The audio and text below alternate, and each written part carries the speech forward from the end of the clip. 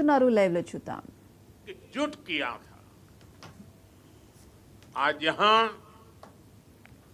एकता नगर में हम रायगढ़ के उस ऐतिहासिक किले के उसकी छवि हमारे सामने प्रेरणा का प्रतीक बन के खड़ी है। रायगढ़ किला सामाजिक न्याय, देशभक्ति और राष्ट्र प्रथम के संस्कारों की पवित्र भूमि रहा है। आज इसी पृष्ठभूमि में हम विकसित भारत के संकल्प की सिद्धि के लिए यहां एकजुट हुए हैं। साथियों, बीते 10 वर्ष तक भारत की एकता और अखंडता के लिए ये कालखंड अभूतपूर्व उपलब्धियों से भरा रहा है। आज सरकार के हर काम, हर मिशन में राष्ट्रीय एकता की प्रतिबद्धता दिखती है।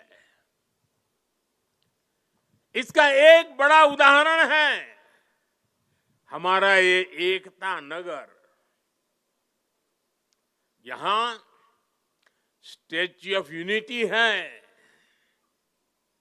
और इसके सिर्फ नाम में यूनिटी है ऐसा नहीं है, इसके निर्माण में भी यूनिटी है।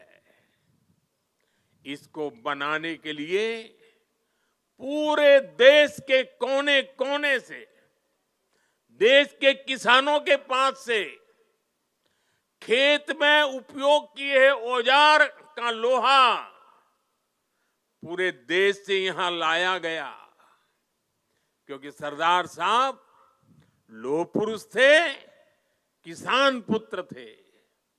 इसलिए लोहा और वो भी खेत में उपयोग किए औजार वाला लोहा यहां लाया गया। यहां देश के हर कोने से वहां की मिट्टी लाई गई है। इसका निर्माण स्वयं में एकता की अनुभूति कराता है। यहां पर एकता नर्सरी बनी है, यहां विश्व वन है, जहां दुनिया के हर महाद्वीप के पेड़ पौधे हैं। यहां चिल्ड्रन न्यूट्रिशन पार्क है, जहां पूरे देश की हेल्दी फूड हैबिट्स के दर्शन एक ही जगह पर होते हैं। यहां आरोग्य वन है, जहां देश की अलग हिस्सों की आयुर्वेद परंपरा का, पौधों का समावेश है। इतना ही नहीं, यात्रियों के लिए यहां एकता मॉल भी है, जहां देश भर के हैंडीक्राफ्ट्स एक ही छत के नीचे मिलते हैं।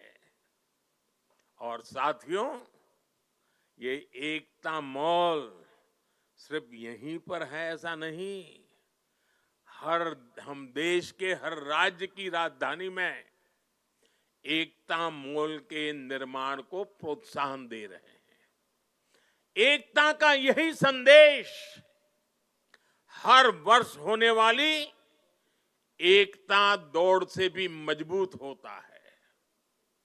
साथियों, एक सच्चे भारतीय होने के नाते हम सभी का कर्तव्य है कि हम देश की एकता के हर प्रयास को सेलिब्रेट करें, उत्सव उमंग से भर दे। ऊर्जा, आत्मविश्वास, हर पल नए संकल्प, नई उम्मीद, नए उमंग, यही तो सेलिब्रेशन है। जब हम भारत की भाषाओं पर बल देते हैं, उससे भी एकता की एक मजबूत कड़ी हमें जोड़ती है। नई राष्ट्रीय शिक्षा नीति में हमने भारतीय भाषाओं में पढ़ाई पर विशेष बल दिया है। और आप सबको पता है, और देश ने गौरव भी अनुभव किया, दुनिया भर में उसे उत्सव के रूप में मनाया गया। वो कौन सा निर्णय था? हाल में ही सरकार ने मराठी भाषा, बांग्ला भाषा, असमिया भाषा, पाली भाषा और प्राकृत भाषा, इन भाषाओं को शास्त्रीय भाषाओं का दर्जा दिया है। सरकार के इस फैसले का सभी ने दिल से स्वागत किया है। और हम हमारी भाषा को मातृभाषा कहते हैं।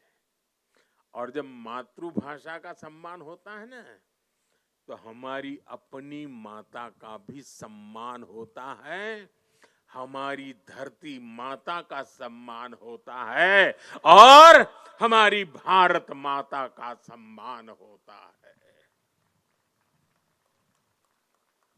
भाषा की तरह ही आज देश भर में चल रहे कनेक्टिविटी के काम, जोड़ने के काम भी देश की एकता को मजबूत कर रहे हैं। रेल हो, रोड हो, हाईवे हो और इंटरनेट जैसे आधुनिक इंफ्रास्ट्रक्चर के ने गांव को शहरों से जोड़ा है। जब कश्मीर और नॉर्थ ईस्ट की राजधानियां रेल से जुड़ती हैं, जब लक्षद्वीप और अंडमान निकोबार द्वीप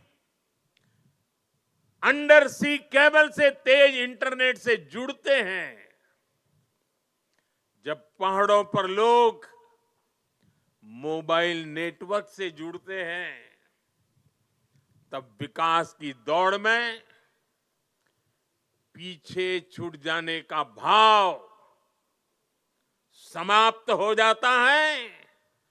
आगे बढ़ने की नई ऊर्जा अपने आप जन्म लेती है। देश की एकता का भाव